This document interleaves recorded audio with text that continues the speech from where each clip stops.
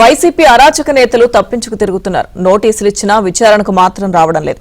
AP మద్యం కుంభకోణం కేసులో రాజ్ కసిరెడ్డి ఇంకా పరారీలోనే ఉన్నారు. ఇక ఇటు మాజీ మంత్రి కాకాని, పిన్నెల్లి కూడా అజ్ఞాతంలోనే ఉన్నారు.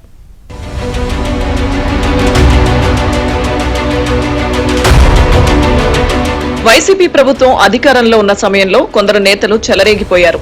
తన నియోజకవర్గాలను సొంత సామ్రాజ్యాలుగా మార్చుకుని అక్రమాలకు పాల్పడ్డారు. కూటమి ప్రభుత్వం అధికారంలోకి రావడంతో వారి ఆగడాలు, అక్రమాలు ఒక్కొక్కటిగా బయటకొస్తున్నాయి. దీంతో వారిపై కేసులు నమోదు కావడంతో అండర్ గ్రౌండ్ కు వెళ్లిపోయి తప్పించుకు తిరుగుతూ పోలీసులకు సవాల్ విసురుతున్నారు.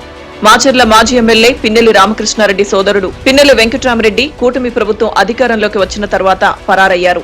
హైదరాబాద్ సమీపంలో అతను చిక్కినట్టే చిక్కి తప్పించుకున్నారు. విదేశాలకు పారిపోయారని చెబుతున్నప్పటికీ పోలీసులు ఆ జాడ కూడా కనిపెట్టలేకపోయారు. సింగపూర్, దుబాయ్లో తలదాచుకున్నారని సమాచారం అందినా ఎటువంటి క్లూ దొరకలేదు.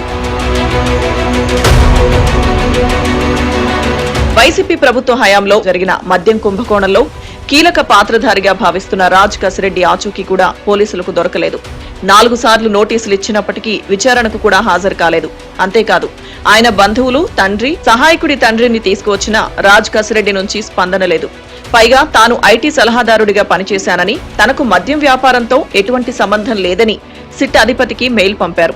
పైగా తనకిచ్చిన నోటీసులను కొట్టివేయాలని రాజ్ కసిరెడ్డి హైకోర్టుకు వెళ్లగా కోర్టు తిరస్కరించింది.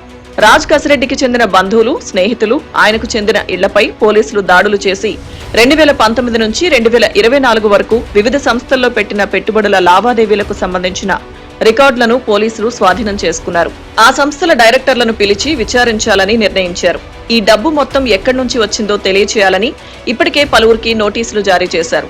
రాజ్ కసిరెడ్డిపై గతేడాది ఆగస్టులోనే ఎల్ఓసీ జారీ చేసినప్పటికీ ఆయన నేపాల్ నుంచి దేశం దాటి వెళ్లిపోయారని జరుగుతున్న ప్రచారాన్ని సిట్ అధికారులు ఖండిస్తున్నారు. రాజ్ కసిరెడ్డి దొరికితే మద్యం కుంభకోణంలో మూలాలు కదులుతాయనే ఉద్దేశంతోనే అతన్ని కొంతమంది కీలక వ్యక్తులు రహస్య ప్రదేశంలో దాచారనే ప్రచారం జరుగుతోంది. ఇప్పటికే వైసీపీ మాజీ ఎంపీ విజయసాయిరెడ్డి మద్యం కుంభకోణంలో కర్త, కర్మ, క్రియ రాజ్ కసిరెడ్డేనని చెప్పడంతో అతనిపై అందరి దృష్టి మళ్లింది. మొట్టమొదటిగా అతనికి ఎన్ఆర్ఐ విభాగం అప్పగించా. ఆ తరువాత సోషల్ మీడియా చూసుకోమని చెప్పా. ఆ తరువాత ఈ ప్రశాంత్ కిషోర్ గారు అక్కడి నుంచి వస్తూ ఉంటే ఆయన మనకు కన్సల్టెంట్గా ఉన్నప్పుడు ఆయనకు ప్రోటోకాల్ అంతా చూసుకోమని చెప్పడం జరిగింది.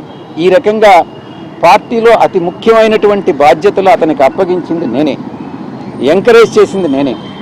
ఈ విషయంలో నేను తప్పు చేశాను అన్నటువంటి భావన ఈరోజు నాకు కలుగుతూ ఉంది. ఇంత దుర్మార్గపు వ్యక్తి ఏ రకంగా నన్ను మోసగించాడు అన్నటువంటి విషయం నాన్నే ఆశ్చర్యానికి గురి చేస్తుంది. మరోవైపు నెల్లూరు జిల్లాకు చెందిన మాజీ మంత్రి కాకాని గోవర్ధన్ రెడ్డి ఏకంగా పోలీసులకే సవాల్ విసిరారు. ఇంట్లోనే ఉండి పోలీసులకు దొరకకుండా వెళ్లిపోయారు. నెల్లూరు జిల్లా పొదలకూరులో క్వాజ్ అక్రమ తవ్వకాల కుంభకోణంలో కాకాని గోవర్ధన్ రెడ్డికి సంబంధం ఉందని పోలీసులు ఆయనపై కేసు నమోదు చేశారు. గోవర్ధన్ రెడ్డి కోసం 4 ప్రత్యేక పోలీసు బృందాలు గాలిస్తున్నాయి. ఆయన ఆచూకీ మాత్రం పోలీసులకు దొరకడం లేదు. పోలీసులు కూడా ఆయనకు ఇప్పటికే 4 సార్లు నోటీసులు జారీ చేశారు. విచారణకు వస్తున్నానని చెప్పి హాజరు కాకపోవడంతో పోలీసు ఉన్నతాధికారులు సీరియస్ గా ఉన్నారు. కాకాని గోవర్ధన్ రెడ్డిని ఎట్టి పరిస్థితుల్లో అరెస్టు చేయాల్సిందేనని పోలీసు ఉన్నతాధికారులు నెల్లూరు జిల్లా అధికారులను ఆదేశించారు. దీంతో పోలీసులు ప్రత్యేక బృందాలతో గాలిస్తున్నప్పటికీ కాకాని గోవర్ధన్ రెడ్డి ఆచూకీ దొరకలేదు.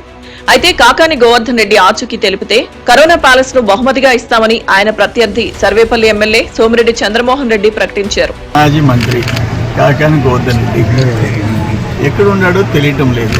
ఆయనేమో తొడదట్టి నేను అదిరేవాడిని కాదు, బెదిరేవాడిని కాదంటే అందరు నిజం అనుకున్నారు. ఎక్కడున్నాడో అడ్రస్ లేదు. సో ఫైనల్గా నేను ఒక ఆఫర్ ఇస్తాను. ఎవరైనా ఆయన ఆచూకీ తెలిపితే, వాళ్ళు వైసీపీ వాళ్ళైనా ఎవరైనా, కరోనా హౌస్ ఉంది అక్కడ ఆయన ఇంటి పక్కనే, దాన్ని గిఫ్ట్గా ఇచ్చేస్తామని చెప్పేసి ఆలోచిస్తున్నాం. అందరూ ముందుకు రండి, ఆయన ఎక్కడున్నాడో చెప్పండి. ఆయన నేను పెద్ద పుడింగినని చెప్పి చెప్పుకుంటున్నాడు. పోలీసు కాకి చొక్కాలు ఇప్పేస్తానన్నాడు. నడి రోడ్లో సర్కిల్ ఇన్స్పెక్టర్ పేరు చెప్పి కాకి చొక్కా ఇప్పేస్తాను. ఇప్పుడు ఎందుకు అంత భయం ఎందుకో నాకు అసలు అర్థం కావడం లేదు. పోలీసులకు చిక్కకుండా తప్పించుకు తిరుగుతున్న ఆ ముగ్గురిని ఎట్టి పరిస్థితుల్లో అరెస్టు చేయాలని ఉన్నతాధికారులు భావిస్తున్నారు. దీనిలో భాగంగా ఆయా జిల్లా పోలీస్ అధికారులపై తీవ్ర ఒత్తిడి తెస్తున్నారు. కొన్ని రోజులుగా ఆ ముగ్గురు పోలీసులకు దొరకకుండా పోవడం అధికారుల వైఫల్యమేనని టీడీపీ నేతలు విమర్శిస్తున్నారు.